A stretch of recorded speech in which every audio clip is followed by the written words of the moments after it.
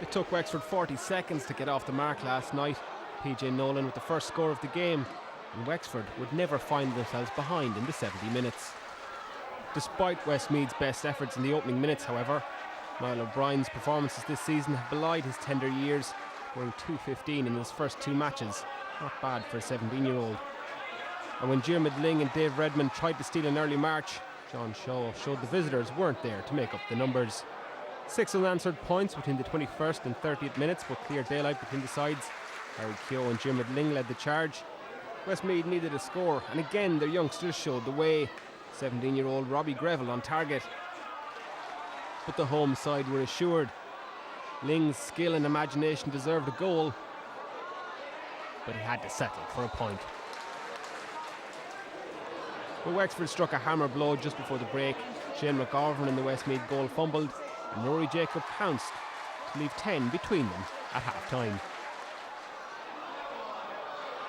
Wexford began the second half as they finished the first. Diarmuid O'Keefe had the ball in the net within a minute of the throw-in.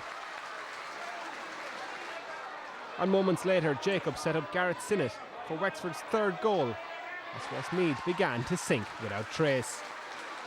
The home side pushed on. Lee O'Keefe landed a fine point as Wexford made hay in the wet conditions. But this Westmeath side has shown character and staged a mini revival, following Brendan Murtagh's goal from a 21-yard free.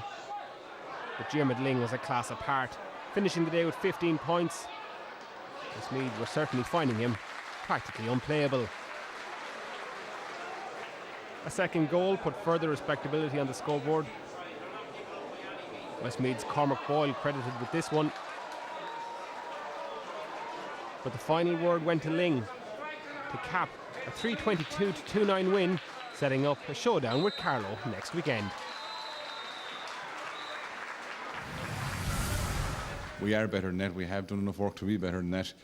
I think Wexford treated us with more respect than we gave them back because we didn't play well, but that's the joys of it, and that's the work that's been done in Westmeath. You know, we've taken small steps. Tonight is very disappointing because, you know, we wouldn't settle for that. We went out and whimper.